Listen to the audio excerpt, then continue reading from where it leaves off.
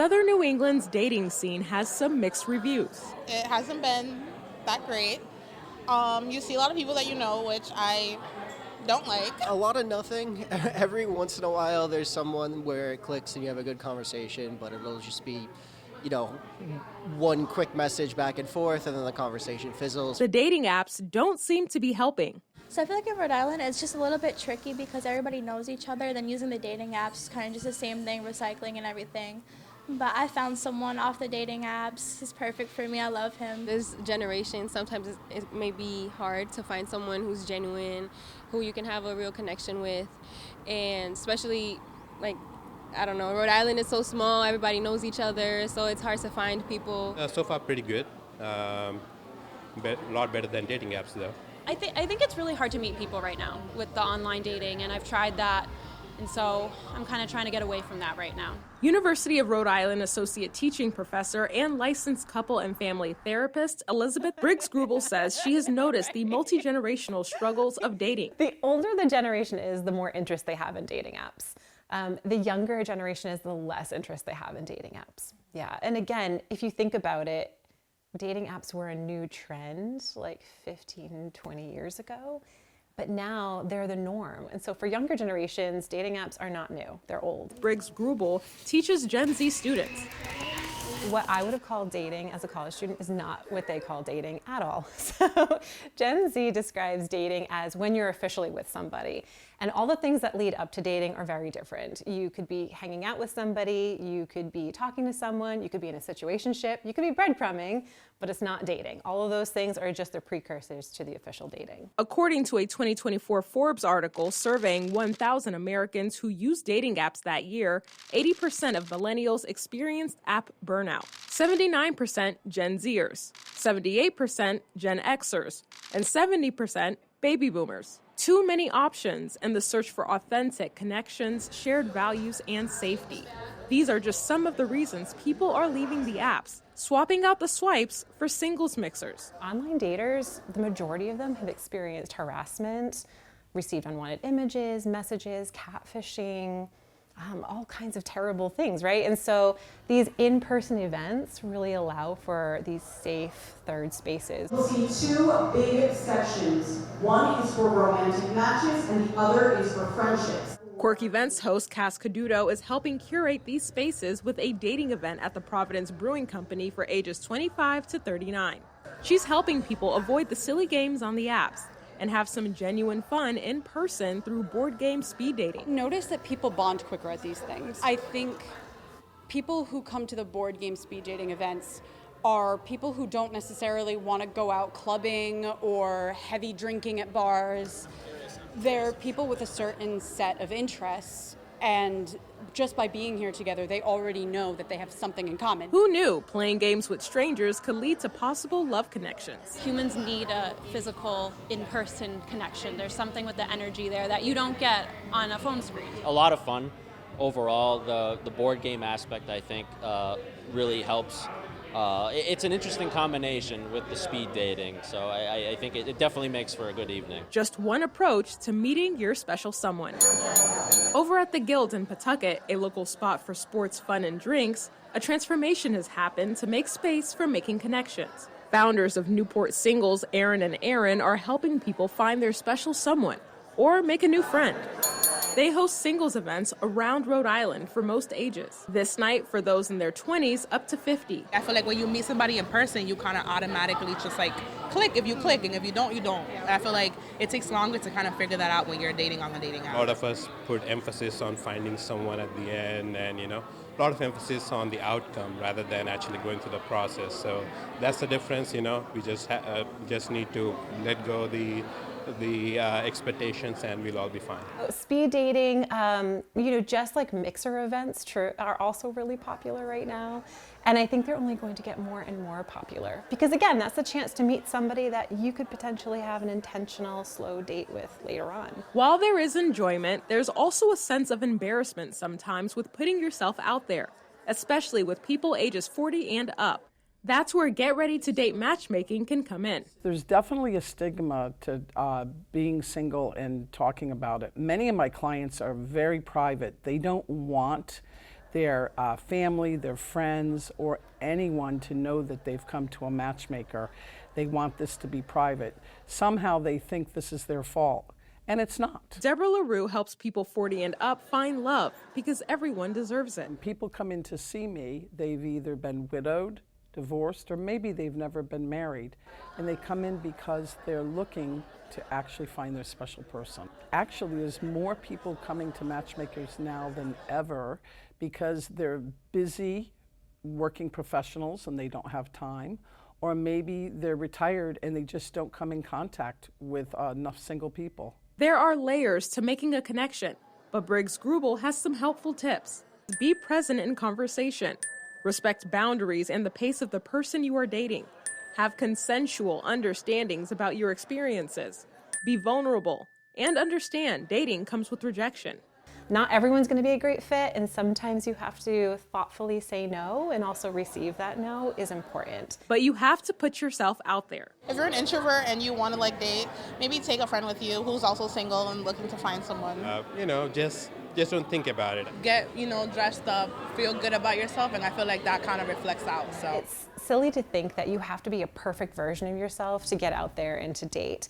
In fact, dating is, again, this muscle that you're practicing, and the more you do it, the more you learn about yourself, and that's helping you develop your own sense of self as well. You've seen it for yourself. There are options other than the apps, and it seems people are enjoying the in-person connections. But as we've seen in romantic movies, connections can happen anywhere. And I have that small coffee milk latte. Like a coffee shop. And Rhode Island has plenty of them, including Dave's Coffee in Providence. I think it's a really good place to meet up with someone for a date. Barista Callie Vokey sees connections simmer, brew, and sometimes even go stale. It's a really good vibe here to come and do sort of like a first date, because I feel like you're in a public place. There's no pressure really to, go somewhere where you might have to do dinner and sit down and all of those things that you have to worry about, who pays, and it might be a longer time.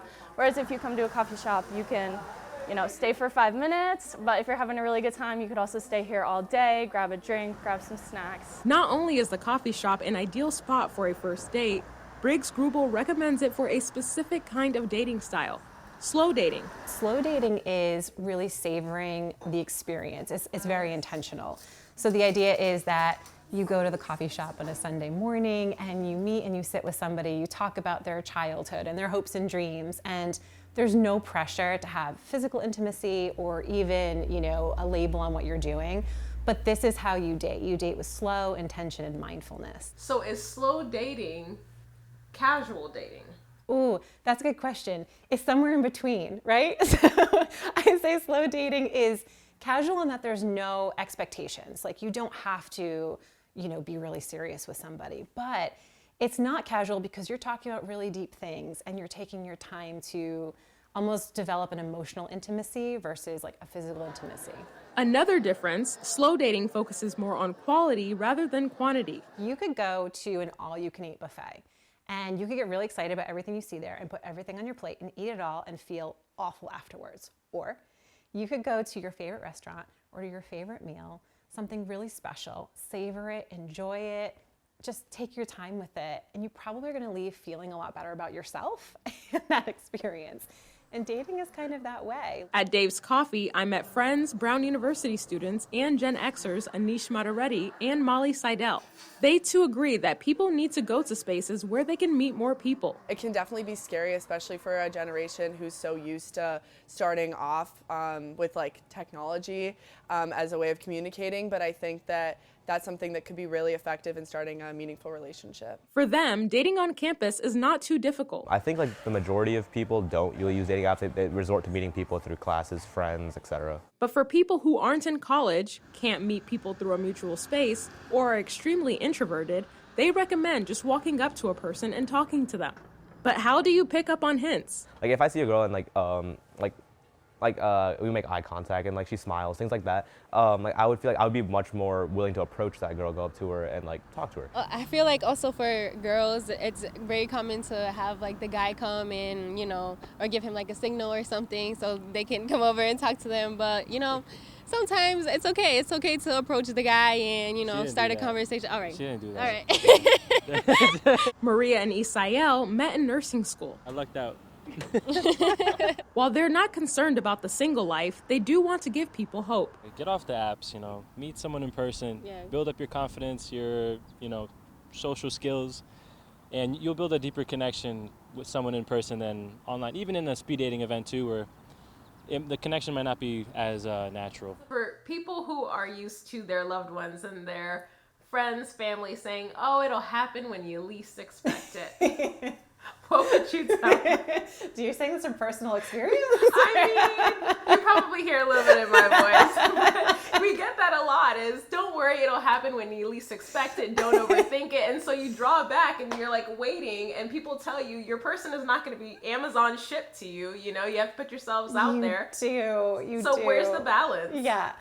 I think the balance is somewhere in between, just like everything, moderation. I think it's true. Like if you're overthinking it and you're super anxious about it, you're bringing that energy to your dates and your experiences, right?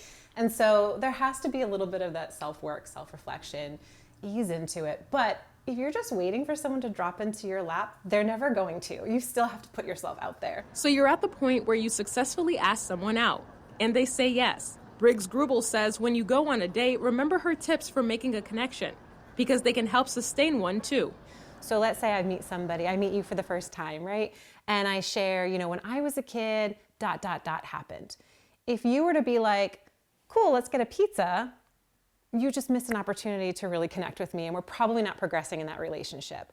But if you were to say to me, oh wow, that's amazing, that's incredible, that's whatever. When I was a kid, this thing happened to me too. Now we've just had this back and forth. We've just elevated our relationship to another level. I'm finding a lot of unseriousness, both in person and on the apps. Mm-hmm. So is there an explanation for that? Let's do some self-work. Let's think about who you're attracted to and drawn to, and we'll meet privately about that. And remember, dating is supposed to be fun. If you find yourself overwhelmed at all, be sure to take some time to reset. But love is out there. You may just have to take the first step. That could mean sending a nonverbal cue like a wink or a long gaze, or just asking for that coffee date. I think that just staying true to how you interact with individuals and kind of carry yourself is a good policy. There's someone for everyone. I believe there's multiple people for everyone. Like, it's not just one person. Mm-hmm.